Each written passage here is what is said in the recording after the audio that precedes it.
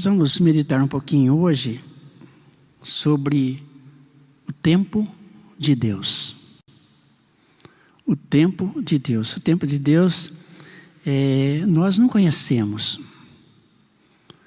Talvez se nós conhecêssemos, não fosse bom. Porque os planos de Deus, eles são insondáveis. Deus está acima do ser humano, ser criado. Ele tem os seus pensamentos mais altos, diz a sua palavra, os seus caminhos são diferentes. Eclesiastes capítulo 3, verso 1, diz assim. Eclesiastes 3:1.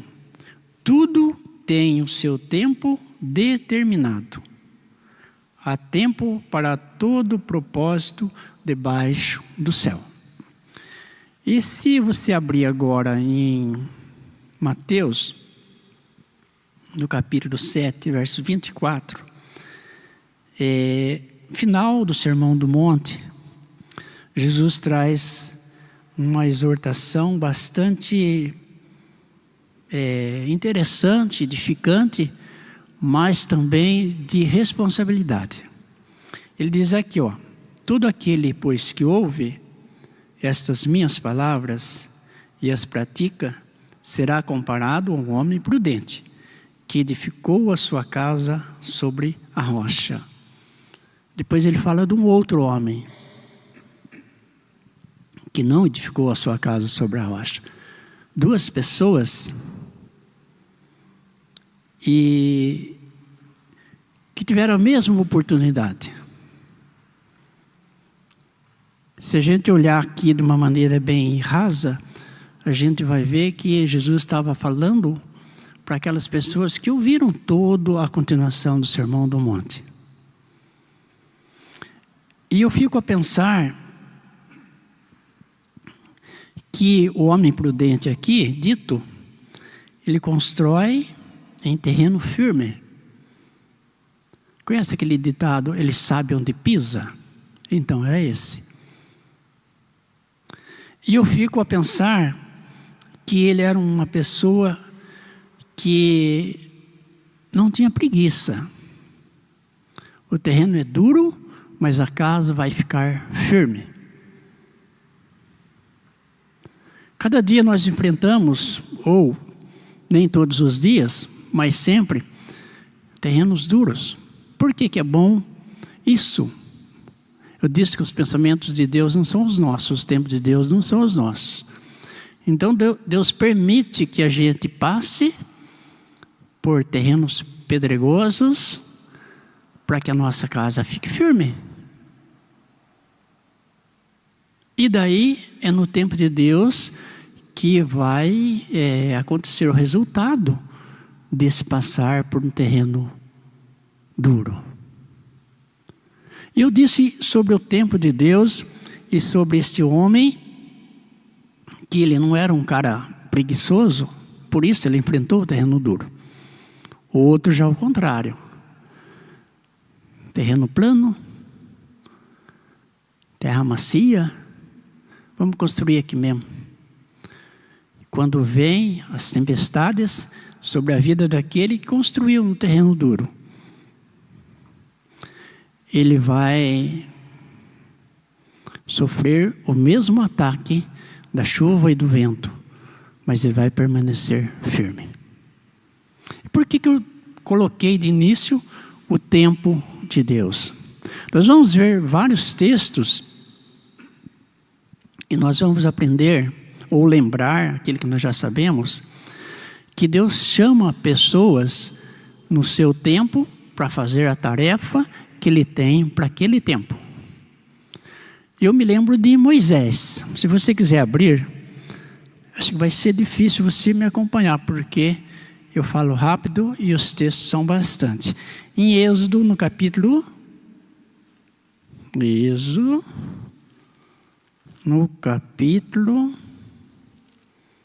3, se não me engano. Êxodo 3. No tempo de Deus, ele chama quem? Moisés. E como eu disse, que esse homem que construiu num terreno firme, ele era uma pessoa pronta para o trabalho. Veja bem, o que Moisés estava fazendo quando Deus chamou? Quem se lembra? Ele estava trabalhando.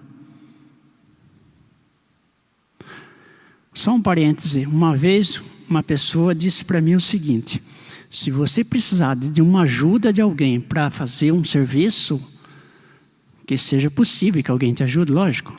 Não precisa ser aquele serviço que tem que pagar para demorar uma semana, sei lá.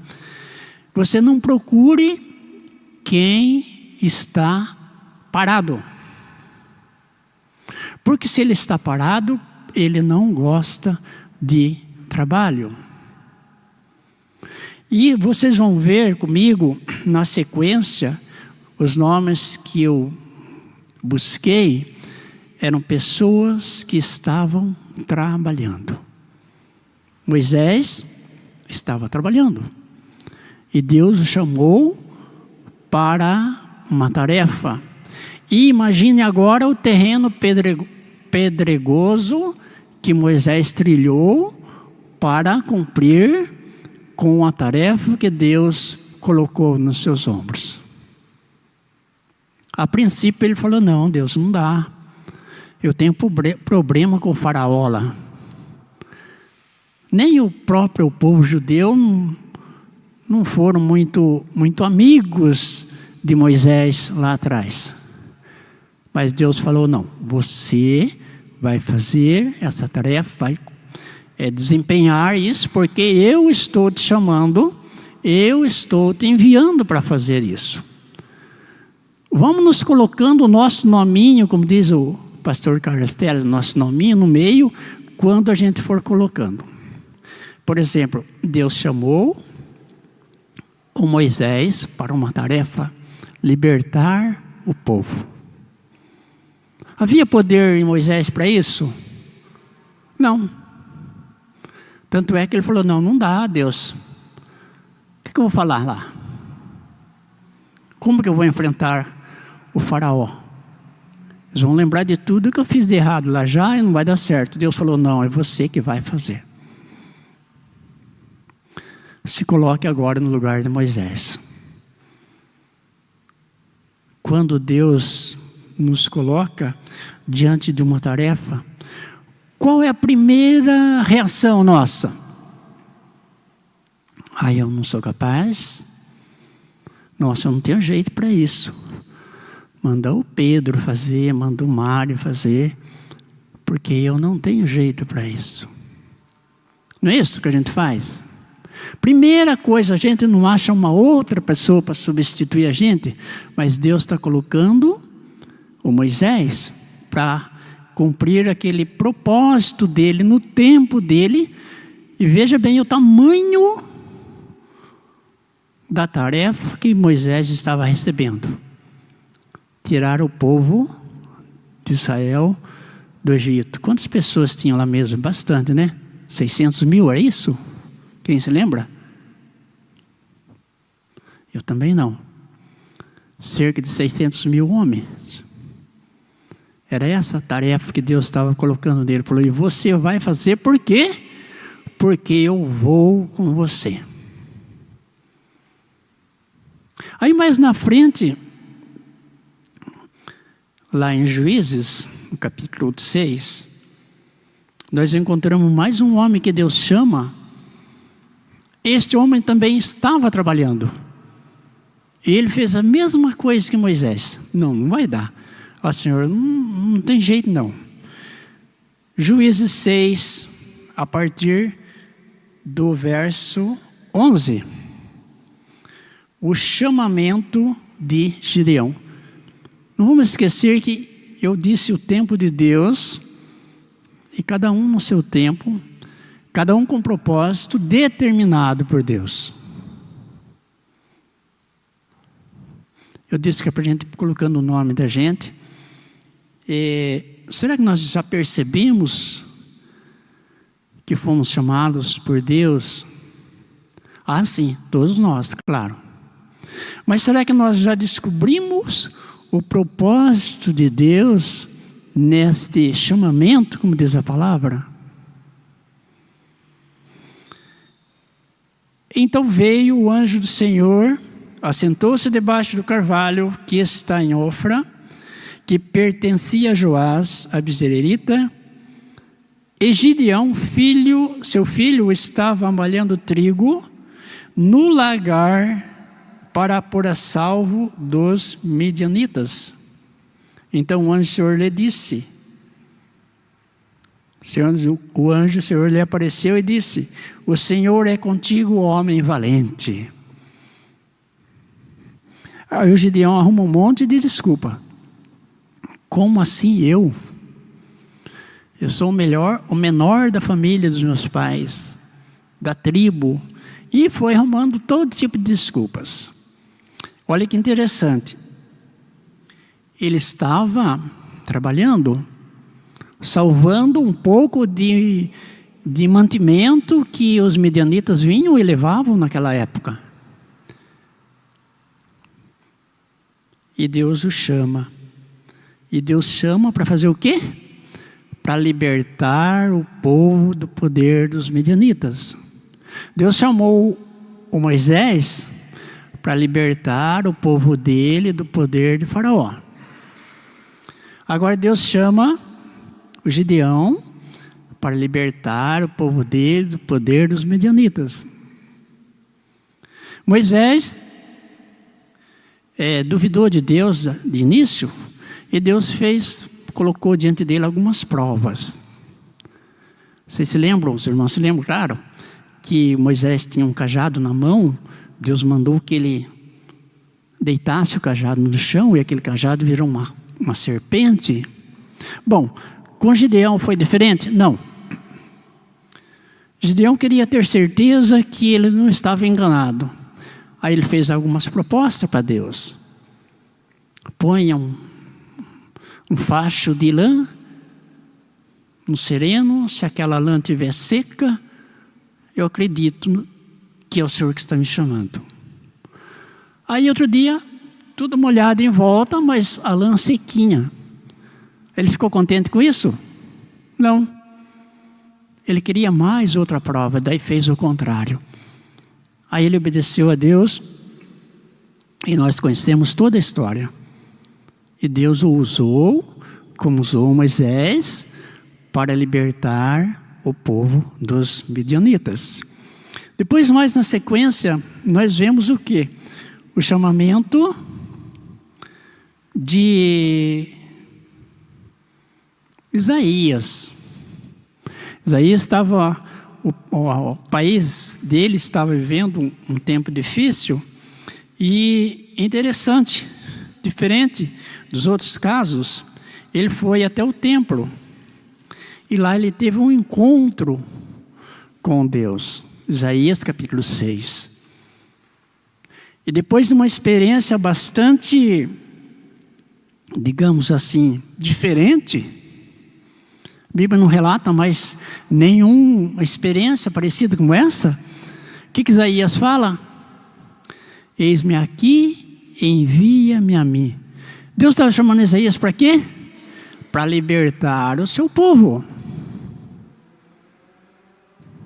Mas se a gente voltar lá para 1 Samuel, capítulo 16, nós vamos ver uma outra história muito bacana. Foi quando Deus enviou, 16 a partir do verso 4, Deus enviou Samuel à casa de Jessé para ungir, vejam bem, da família dos filhos de Jessé um rei. Vejam de novo que é interessante. O Jessé apresenta um dos filhos. Aí Samuel fala, Deus fala para Samuel, não é este. Olha a ordem. Esses filhos estavam todos em casa. E foi apresentando os filhos. Aí chegou lá, numa certa altura, acabou, não tem mais ninguém aqui. Aí Deus fala para Samuel, para que Samuel falasse com Jessé, Mas acabaram-se os meninos? Só tinham esses? Ah, não, tem mais um que está trabalhando. Lembra que eu disse antes? Que Deus chama quem trabalha. Tem um cânticozinho que nós cantávamos, muitas crianças cantavam: Deus não quer preguiçoso na sua obra. O que aconteceu daí? Samuel fala para Jessé: mas acabaram os meninos, são só esses? Ah, tem o Davi que está lá no campo, trabalhando, cuidando das ovelhas. Então chama ele. O que Deus fala daí? Que Deus havia escolhido o Davi. Deus não vê como vê o homem. Nós, os homens, vemos a aparência, a disposição, a força, a beleza das pessoas, o exterior das pessoas, mas Deus não. Deus vê o coração. Está dando para pegar acompanhar a ideia? Deus chama pessoas para libertar pessoas. É uma tarefa, a meu ver, impossível para nós humanos. Sim, é impossível mesmo. Só mesmo pela graça de Deus, pela companhia de Deus, pela orientação de Deus, pelas forças que Deus nos dá, que é possível. Vamos na sequência, vamos lá para Marcos.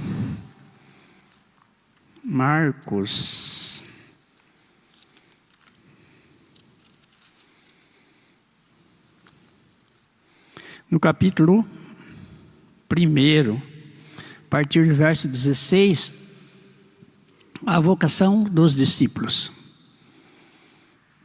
Jesus vai chamar os discípulos. O que eles estavam fazendo quando Jesus os chamou? Lá na praia, sossegado, lá, bem tranquilo? Não. Eles estavam trabalhando. E Deus os chama para quê? Para levar a sua mensagem a um povo que vivia longe de Deus, para libertar pessoas. O chamamento de todos esses que nós já vimos aqui foi para libertar pessoas. O Davi não foi para isso? Foi para que colocasse a nação que estava desorganizada, sob o comando de Saul. E depois a Bíblia vai dizer mais na frente: Davi, o homem segundo o coração de Deus. Davi, o homem que serve de exemplo humano para qualquer um. Porque mesmo cometendo as barbaridades que ele cometeu, Deus fala depois: o homem segundo o coração de Deus. Pecou. Mas foi sincero no seu arrependimento. Quantas vezes a gente ouve de pessoas que viveram errado, se arrependeram. Mas se arrependeram porque era conveniente se arrepender naquele meio tempo, mas com o passar do tempo se viu que ele não havia se arrependido nada, era mentira dele. Não era isso que aconteceu com Davi. E não é isso que aconteceu com nenhum dos escolhidos de Deus que nós estamos vendo. E não é isso que vai acontecer nem comigo, nem com você. Eu tenho certeza disso. Deus nos escolheu para estarmos aqui, para vivermos uma vida de comunhão, para sermos sal e luz no nosso dia a dia. Pode ser que eu nunca falei do Evangelho, do amor de Deus a ninguém. Pode ser. Mas Deus me colocou aqui para ser luz, para ser sal, para que o mundo veja, Jesus falou isso, que vocês devem se comportar de certa forma, que o mundo veja e venha glorificar a Deus por causa daquilo que você vive. Então que Deus esteja cuidando de mim e de você, que a gente esteja buscando viver isso. Nós somos cooperadores de Deus. Lá em 2 Coríntios, 1 Coríntios. 2 Coríntios capítulo 6.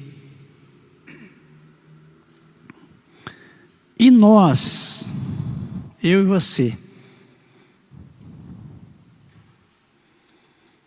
na qualidade de cooperadores com Ele, vos exortamos a que não recebais a graça de Deus em vão. O tempo de Deus sobre as nossas vidas, nós não sabemos. Quantas bênçãos Deus nos tem dado, às vezes a gente se lembra, às vezes a gente proclama isso, às vezes a gente fica encolhido. Parece que Deus tem obrigação de cuidar de mim e de você. Mas Ele faz porque Ele nos amou. Ele faz porque Ele é gracioso para conosco. Nós não merecemos, mas Deus nos ama. Ele quer contar conosco como cooperadores dele. Como não? Não é isso que nós estamos vendo aqui? E nós, na qualidade de cooperadores com Ele. Paulo que está dizendo isso. Também vos exortamos a que não recebais em vão a graça de Deus. Porque Ele diz: eu te ouvi no tempo da oportunidade e te socorri no dia da salvação. Eis agora o tempo sobremodo oportuno. Eis agora o dia da salvação. Não dando nós motivo de escândalo em coisa alguma, para que o ministério não seja censurado. Infelizmente, a gente ouve, de vez em quando, para não dizer sempre, pessoas que falaram em nome de Deus, falaram em nome do amor de Deus, da salvação, da graça de Deus, e depois se afastaram. Porque nós dissemos lá atrás, o tempo oportuno é hoje e nós somos cooperadores de Deus. Abra agora para a gente encerrar em João capítulo 15. João capítulo 15. No verso 16.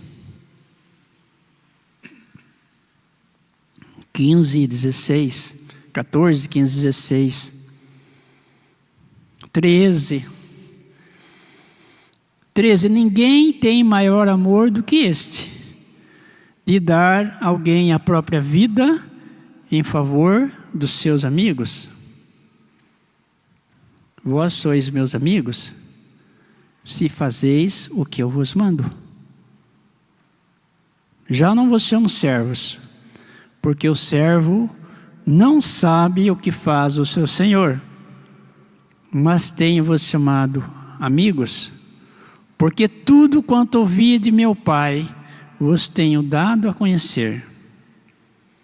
Não fostes vós que me escolhestes a mim.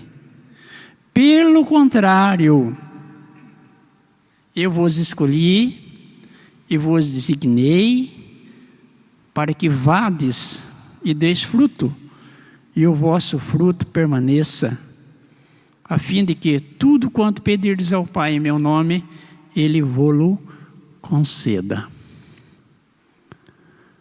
Chamados por Deus, tempo de Deus.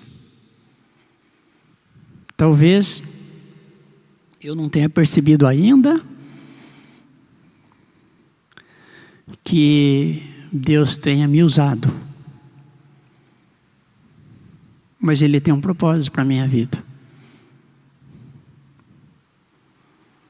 Repita no seu coração isso. Eu sei que Deus tem um propósito na minha vida. Vamos pedir para que Deus nos ajude a descobrirmos, que Ele desvende os nossos olhos espirituais, para que descobramos qual é a tarefa, se nós não descobrimos ainda, que Deus tem para nós. Nós fomos chamados. E Deus, no seu tempo, como nós dissemos antes, tempo de Deus, Ele vai estar nos revelando e vai estar nos usando para a sua honra e para a sua glória. Pai, obrigado por essa palavra. Que ela venha fazer mudança na minha vida, na vida dos meus irmãos, e que possamos descobrir, ó Deus, qual é o ministério que o Senhor tem para nós, onde nós podemos ser cooperadores do Senhor, como diz a Tua palavra. Que possamos dizer como Isaías: eis-me aqui, Senhor, usa-me para o engrandecimento do Teu nome, para o louvor do Teu nome, para a glória do Teu nome. Que sejamos, ó Pai, verdadeiros adoradores. O adoremos em espírito e em verdade. Em nome de Jesus, amém.